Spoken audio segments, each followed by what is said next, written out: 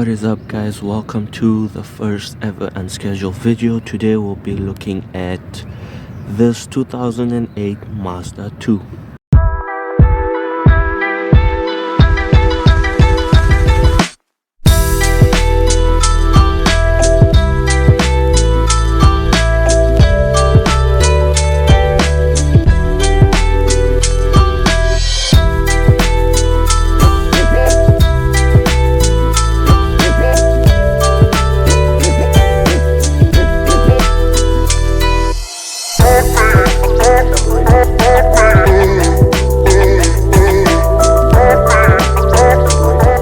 Let's begin here. So what we have here is the 1.3 liter Mazda 2, right?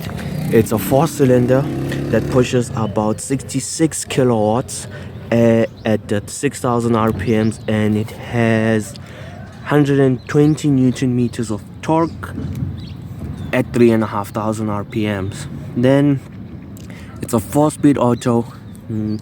It is very punchy, but it's kind of lazy at points. So they say the 5-speed manual that you get in this is actually really good for this car itself.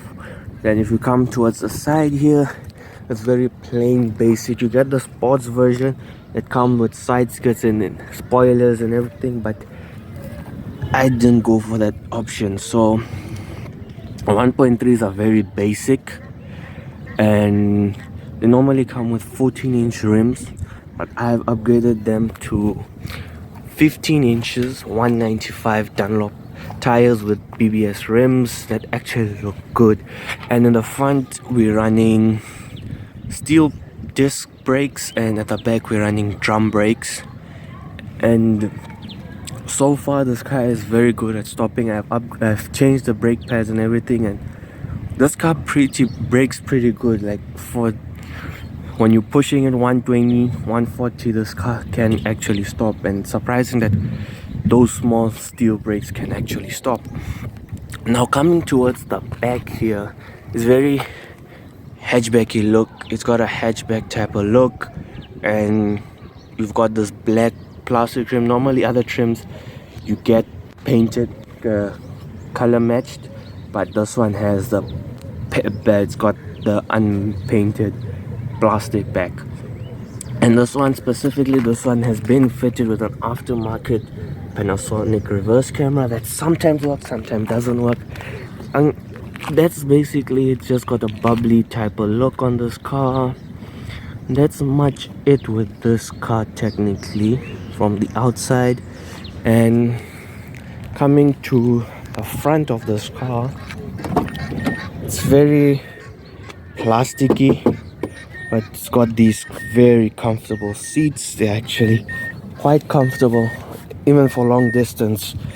Then you come here, you've got your basic steering wheel, very plain, basic. And the gauges here, as you can see, doesn't have a rev counter. Why? Because it's a low spec, so they didn't come with rev counters.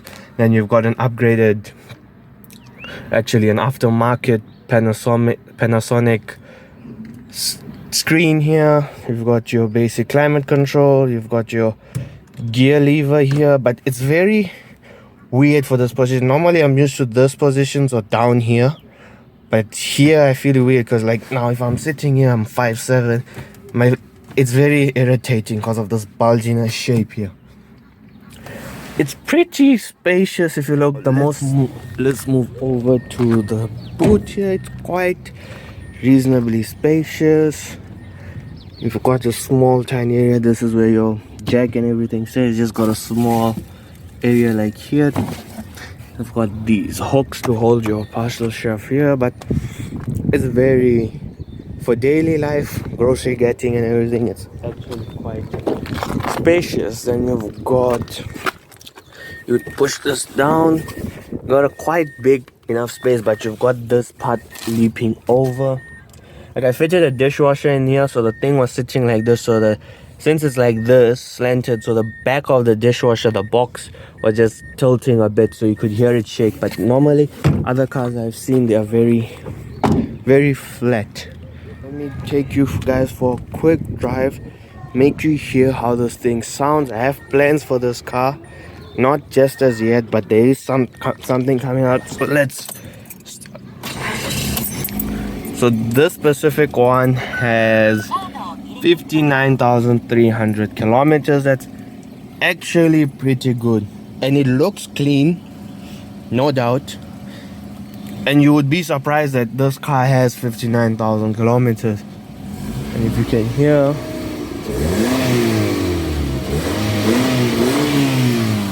you're mainly getting exhaust, not exhaust note, engine noise. But for this car, it's pretty good. Like, there's nothing much to it. Like, you can see it's got this standard headlights, also fog lights. I might be putting on this car, not sure as yet, but you can hear this engine. It sounds pretty good. You can tell that this car has not been abused, and pretty is very basic, standard. I might be removing this part here. I've got a guy I saw on Facebook. He removed this part here, and he just put a straight steel mesh here. I might put that, and then I get a magnetic plate so it just sticks there. And maybe I might be putting fog lights. So these are brand new tires I had on my previous car. I just swapped. So then when I sold that car, I took them back. Now this car at 14s wasn't stable much, and I was driving on the highway. So I put, so those were 175 14 inches. These are 195 15s. So they're a bit more stable, and the car is a bit more stable on the road. It's not like how it was on the 14s, where you just shake the whole thing. Even though in 15s, when the truck passes by on the highway, it does shake, but it's not as much as how it was on the 14s. And you've got this lock, unlock, very irritating. You get confused sometimes. But that's this car. Now, as you can see here, you got PRND-S, sports mode. And I was looking at a 1.5 version of this, the Mazda 2 Sports. That didn't have sports. It had D and then L straight. It had pedal shifters. But those things were running 16 inches. It was lower. And it wasn't as comfortable as these seats. Like, the sport version is unreasonably uncomfortable for I don't know what reason. These seats, I was biased against them. I was like, no, I won't enjoy it. But actually driving 10 hours in this car, it's actually pretty comfortable, and I'm surprised. Now, that's it for the whole car. Now we just go for a drive, just check how it is. So this is the reversing camera. See, it works, great quality. Sometimes it works, sometimes it doesn't, but it's a very useful thing. Okay, it's small, you don't need it, but I think it's very useful for this. Like, doesn't have a rev counter, you can't tell, but you do feel it. Like right now, if you just press it, front wheel drive, it for 66 kilowatts in a small car, that's pretty good. Like, you can feel it, you can feel that power, because it's a small car. I like to call it the bubble car because of the shape of it, but it's actually a very good car. Like, if you want, you can press and it goes. It takes time, but it goes. Overtaking on the highway, not so good, because you have to press it and then it chows more fuel. Coming on to fuel, claimed from Mazda, it says it takes about, back then when it was released, they say it takes about 5.9 to 6.1 kilometers per 100 liters on the highway. Average in town, they say it's about 4.9 liters per 100 kilometer. But if you look at Mazda 2 forums and all, they say it roughly gives you 6.7 liters per 100 kilometers on average. Daily commute, it will give you 5.3 liters per 100 kilometer, because most specs, they come with multifunction steering wheels where they can check their consumption, the total range. But I went with a basic spec because I didn't want to pay extra for that. I don't know, it felt useless. And this car just caught my attention. The red color, the mileage, it was super clean, just sitting there. I was like, okay, it does have dents and all, but I mean, this mileage, I was getting other cars with 80,000, 90,000. I don't know why.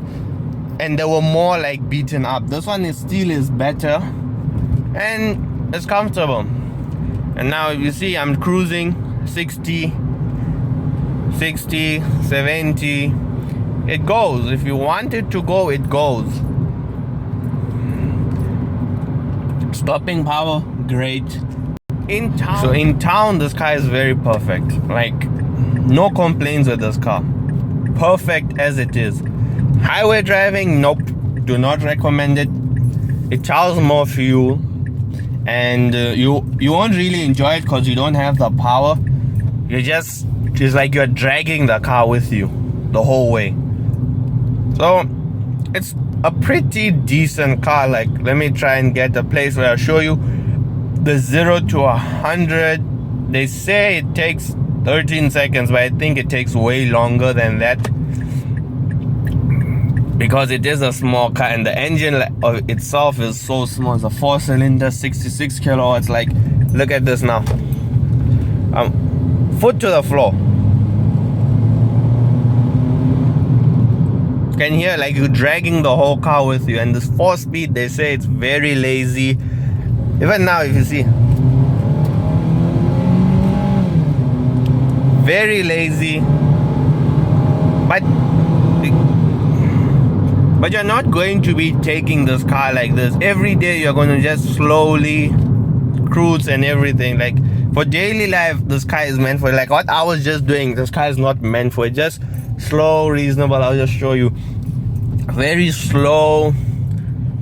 Even on the bumps, it's kind of soft. If you take it slow and easy, the bumps are soft. Like right now, if you take it, you'll see very cruising, everything calm, quiet. And it's on this 15, like you can see, it's very stable, more stable than the 14s. Because on the 14s, when you take a curve, even you just do this, the whole car like shakes, like as if it's going to tip over. But it's not the case with the 15. So this car, 15-inch daily commute, best. And you're not going to be hooning the thing like this. You're going to take it slow. You're not going to just keep on pressing 120, 160. It's very hard to even get this car to 100. To take it to 120 is like a mission, because you'll be, if you like you heard, you'll be dragging the car. On a full tank, I have filled a full tank for 660 rand. It gave me about 500 kilometers, 480, 500 kilometers, because we're on the highway. So we were pushing this car a bit, but it is, for daily life, the best car. I was biased against this car for a while because I don't like them. I like some cars with power and everything, but considering petrol prices and considering how efficient this car was, I liked it. Compared to Honda Jazz, the 2010 model that I was looking at, that one was a bit harder, and this one was way comfortable and it's smaller. Compared to the Honda Jazz, this thing is smaller, lighter, and it's pretty good. Because the Honda Jazz, the thing is like what you call, it's long also. Compared to the size, that thing is pretty long, and it's mainly open. So when you're driving, the whole thing, you just hear rattles, and it just goes like a how you can call, like an empty trash can. That's how it is. But this car, honestly, it's the best. You can hear I'm saying it's again and again, it's the best, but it truly is. Like, for what it is, I mean, it's straight up for the money. It is perfect. I might get my hands on the manual version and show you guys what it is like, because this is an auto 4-speed CVT. You can see I'm pushing it, and you don't have a rev counter, so you can't really tell when the thing is going to change. And it's pretty nimble at 60, pretty nimble, you can see. But it's a very nice car, honestly. This car, perfect. I was biased against this car at first, but after driving it, going around with it and everything, I actually like this car. It's way nicer. Everything is perfect about this car.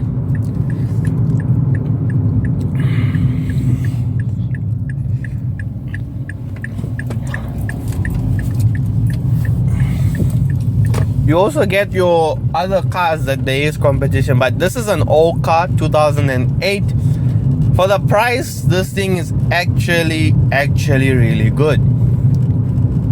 Like, I mean, on Auto Trader I've seen some for 70, 80. Mileage is a bit high, but for that price, if you're looking for a first car daily, easy on petrol, comfortable, these cars are the best. Like, also you have your Honda Jazz as a comparative. I might get that in a video soon, but so far this car is a win-win for me, no doubt. Like, I mean, just look, punchy, there's so at first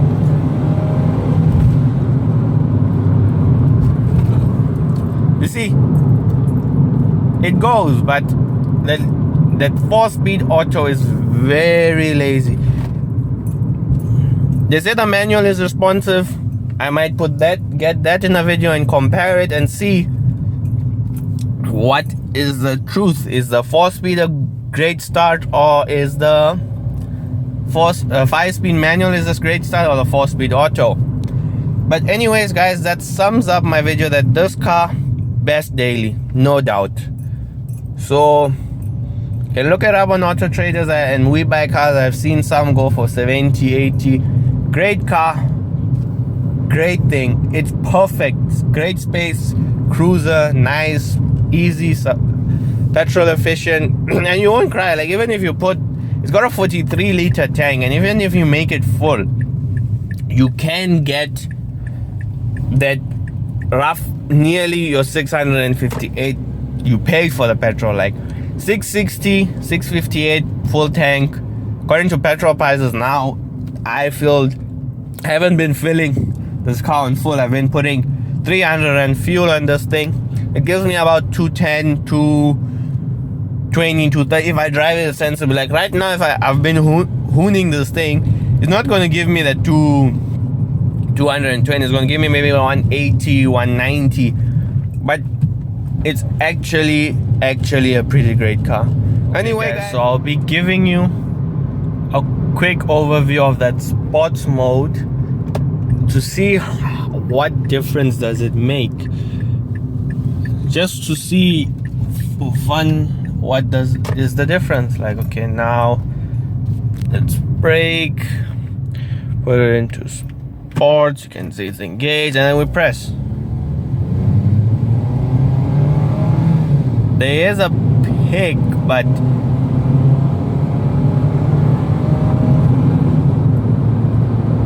there is quite a big pig, but it feels the same when it's in drive. You're just dragging the car and dragging it, and you're just trying to kill the car.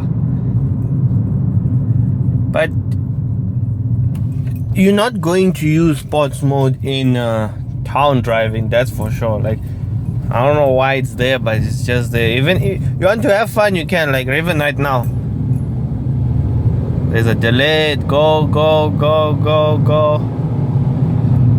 But you still, comparatively to the normal driving mode, it's the same. Guys, that is it for this car.